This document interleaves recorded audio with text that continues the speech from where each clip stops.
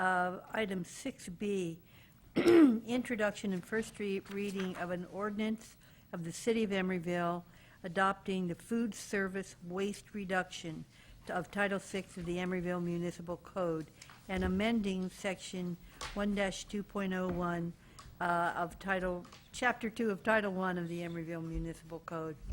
Michael Gina. Good evening, Mayor Good evening. Davis and members of the City Council. Michael Gina, Deputy City Attorney. For your consideration is a proposed ordinance which would add a new chapter to the municipal code titled Food Service Waste Reduction.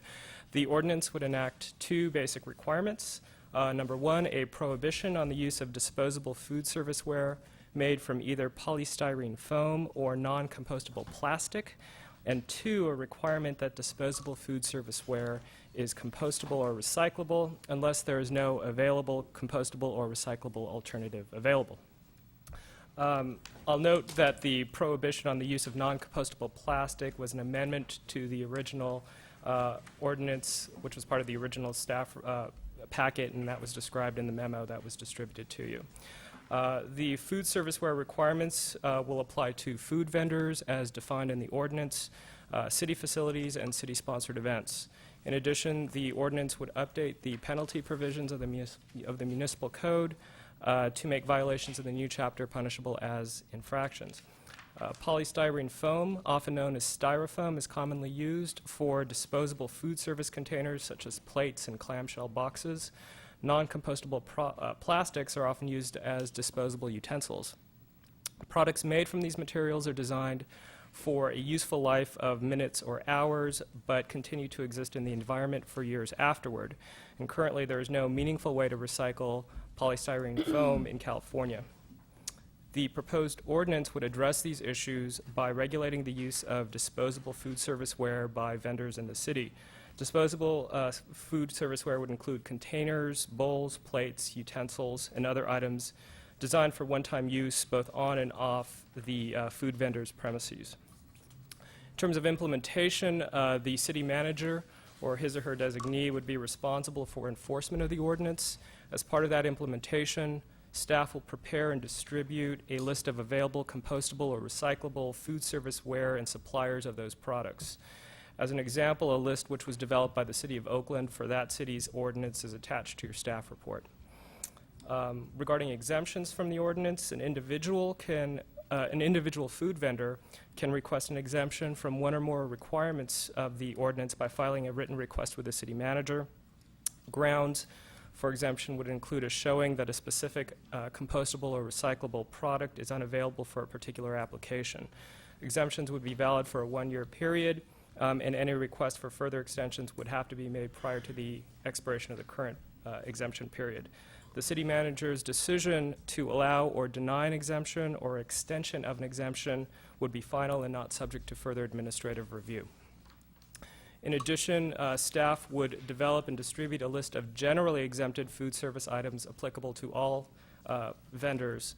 And this universal exemption would recognize that suitable alternative products may not necessarily be immediately available for some food service items. The generally exempted items would apply to all vendors and would eliminate the necessity of large numbers of individuals seeking exemptions for the same type of product. And then finally, foods which are prepared or packaged outside of the city would also be exempt from the ordinance, although those vendors would be encouraged to use compostable or recyclable products in their materials. Staff will prepare a set of regulations for implementation of the ordinance and would bring back those rules to you at a future hearing. Regarding the operative date of the ordinance would become operative on January 1st, 2008. This will allow time for food vendors to use their existing stock of non-compliant food serviceware. The lead time would also give staff an opportunity to educate food vendors about the ordinance requirements and allow vendors to procure alternative compliant products. Regarding the notice of tonight's hearing, a notice was posted throughout the city at the usual locations. The same notice and a copy of the proposed ordinance were mailed to food service vendors appearing on the city's business license records. The Emeryville Chamber of Commerce was advised of the ordinance and asked to solicit its members for their comments or concerns. And Denise Pinkston of TMG Partners had submitted a letter in support of a proposed polystyrene ban, and a copy of that is attached to your staff report. Other than that, staff has not received any comments from the public regarding the proposed ordinance. The Public Works Committee considered this item at its February meeting, and the committee recommended the City Council adopt the ordinance. So staff's recommendation is that the council introduce the ordinance after a motion to be read by title only, the public hearing be opened, public comment be taken, and then the public hearing be closed, and the City Council adopt the first reading of the ordinance. That is the conclusion of my report. Peter Schultz-Allen is also present and will have and has examples of food serviceware items that would be prohibited under the ordinance, as well as alternative compostable or recyclable products. I just want hear a motion to read by title only? Oh, yeah. I'll move that. I'll second him. Okay, we have a motion and a second to read by title only. Mr. Biddle? Objection? No. Objection. No objection. Okay, an ordinance of the City of Emeryville adopting Chapter 14, Food Service Waste Reduction of Title 6 of the Emeryville Municipal Code and amending Section 1-2.01 subsection F of Chapter 2 of Title 1 of the Emeryville Municipal Code regarding violations. Thank you, Mr. Biddle. Pardon me, can I ask every member of the council if they have not used already these Yeah, we're familiar with it. At least I I am. think we're all familiar with this, Peter. Unless I you was, have I was something. just hoping that they I- were filled with, actually, with food and that you could pass them around, and then we can see the waste Yeah, after what were you that. thinking Come of? on, our blood You know sugar's what? I getting think low that here. I think it would be value. We saw this in the Public Works Committee, but it would be value the replacements, so that Oh, very good. the replacement plastic containers that are available. So in other words, a food vendor is not out of luck. Thank you, council members, for this Hey, they're filled. this evening. I brought a few examples to show with you. First, I just want to show you something that the marketplace is changing, and I think that what we've seen in Oakland and San Francisco reflects that they passed ordinances related to compostable food serviceware. But even outside of that area, this is an example from Trader Joe's. Just in regular packaging, for example, Trader Joe's, this package here with the larger tomatoes is a compostable plastic made out of cornstarch.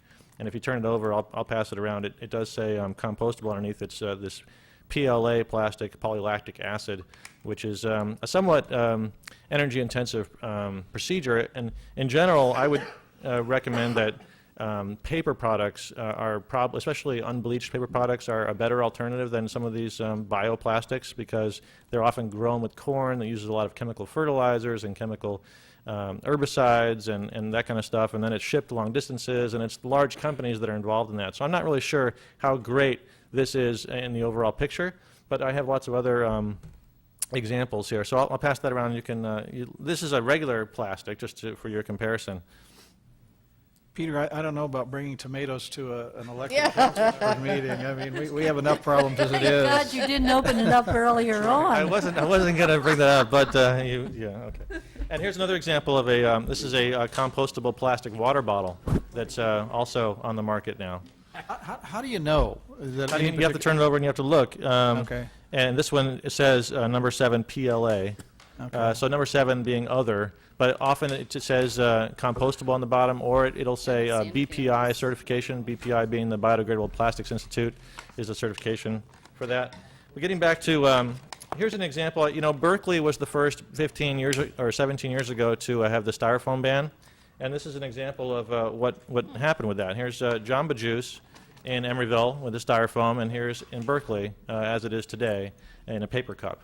So I'll pass those around. It's the exact same thing. Basically, Jamba Juice, being a corporate chain, had to adapt to Berkeley's ordinance. Surprising they didn't just adapt across the board. It looks like you get less in Berkeley. Is that part of the deal? Yeah, that could be. Maybe they don't fill it up all the way. What our ordinance would do is take that same container, and they could use paper, but the lid and the straw would have to be made out of the cornstarch-based PLA plastic. And basically, the straw is about the same price, actually. The PLA straws are about a penny each. That straw is about a penny each, from what I can tell from my research. The lid is roughly 3 cents for that kind of a lid, and 5 cents for the corn-based one.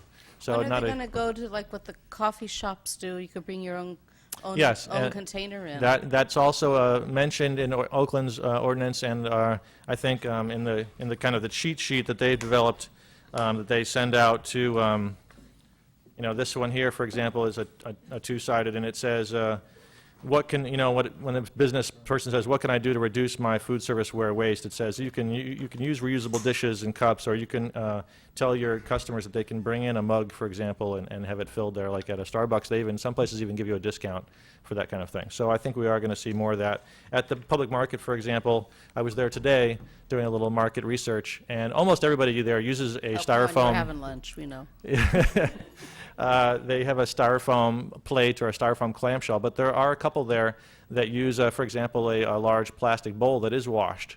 They have their own little washing area there. And Askew Grill, I believe it was, at Bay Street, was when they first started, they used a heavy black plastic, single-use, disposable plate, and then they switched over and they actually got a little washing machine. They got a half-time person to wash the stuff, and it's actually cheaper for them to do that than to use the disposable stuff.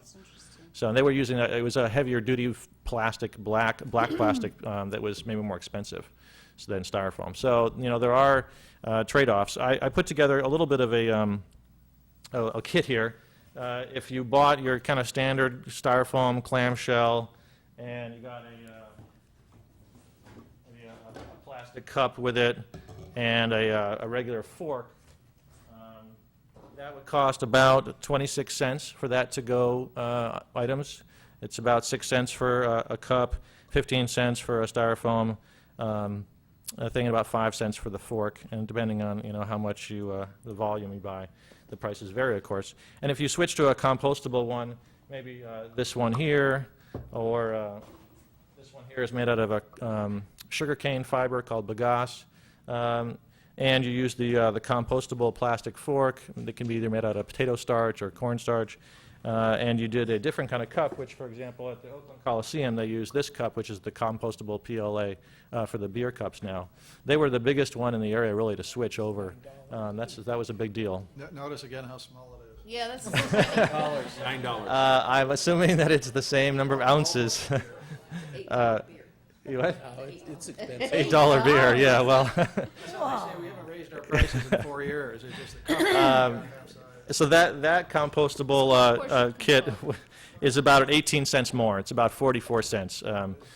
So 18 cents more, depending on the volume, and there's lots of different factors there. But yeah, so 26 versus 44 cents. So what Oakland has said is that you can, the increase, that 18 cents additional, you could put up a little sign at your business and you could say, we're charging you 18 cents extra because of Oakland's ordinance. And that's in summarizing here, the main difference that we're proposing here is that Oakland's ordinance said you can't use styrofoam, you got to use something compostable unless the price is equal to or less. And so they kind of had that affordability index. Then San Francisco said you can't use styrofoam, you got to use something compostable or recyclable, but we'll have a 15% margin.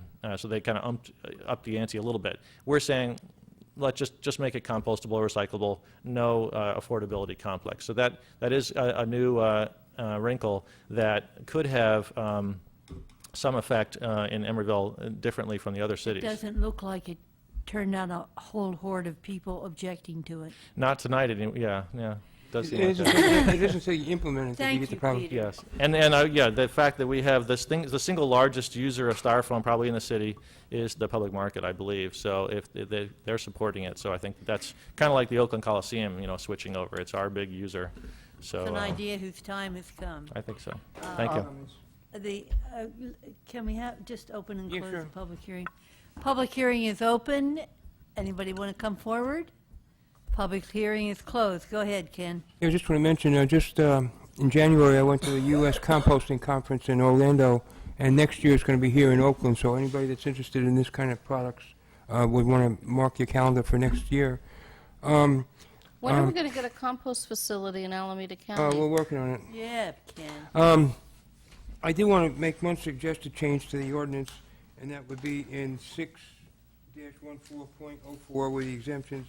I think that the decision of the city manager should be appealable to the city council, and that would be the only change that I would recommend. Six what? 6-14.04. Oh, four. Page 5. Will anybody support that? Wait, let me read it. I don't want to hear food protests. I don't know. Well, you're just giving another opportunity for somebody. I mean, doesn't mean you have to go against the manager's decision, just provides, No, I know, but I'm just saying, I'm not excited about having those things on our agenda. Is there anyone that supports Ken's suggestion? Okay. It doesn't look like you have a second. I have a question. Okay, I'm, don't go away, Peter. Here's, mine really, I guess, goes to definitions. What I'm trying to, I guess it's under F on page 3, food vendor. And what I'm curious about is this Under intended? definition? Under definitions, yeah. So again, it's page 3 of 8 in item F. Are caterers supposed to be included in this, or are they excluded? Because it's different. I mean, what's different, and I didn't hear from Paul or Jim LaDuca on this, but it dawned on me that it's very different for a restaurant that's got a fixed place that's doing business here in Emeryville, and a caterer, for example, them across the street that has their kitchen here, but I don't remember the last time they had an event in Emeryville, and so they're out, providing their product all over the Bay Area. Well, they happened to provide china when they Yeah.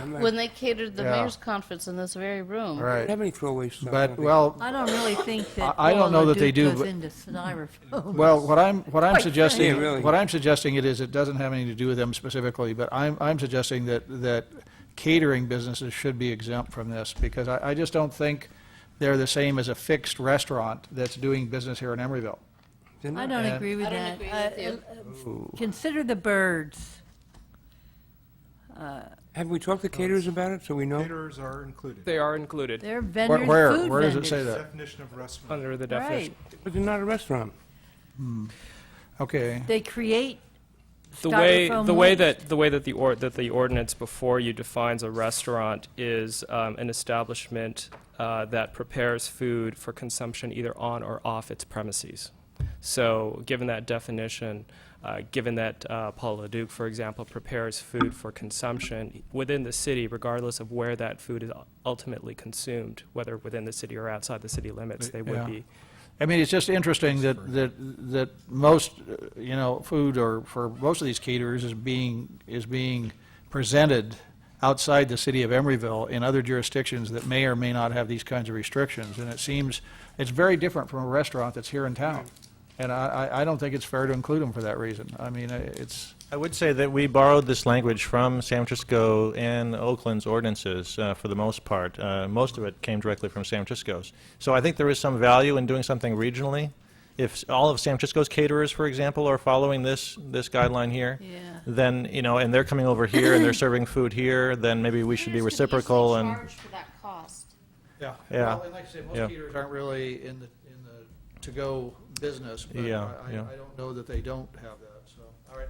right. I have more of a comment. I think it's also related to litter, too, that, I mean, theoretically, a caterer could have litter, in the same way that other businesses could have litter. Still gets into the waste stream. Go And ahead, therefore, Jim. and part of the reason for banning styrofoam is that it's just not a healthy material to use to package food in, and so it's seen as a public health issue to have food packaged in polystyrene. The other ones, maybe there's not as many issues with, but I think that's one of the reasons why they didn't want anybody to use styrofoam. Peter, how difficult would it be to have some kind of an award for the business that has the most percentage of compostable? Well, they certainly could be eligible to get in the Green Business Program and then be recognized through that. Also, that recently approved coupon book for sustainable businesses. That's the kind of place that these businesses that are doing composting of their food waste could be eligible to be included in there too, so they could get marketing through that. Okay, I think we ought to do that. But I agree with Ken. I think it'd be good to have a little incentive system, something where they can come and get recognized. Right. Could I hear a motion on the ordinance? Move approval, first reading. Second. Call the roll, please. Councilmember Bukowski. Aye. Councilmember Fricke. Aye. Councilmember Cassis.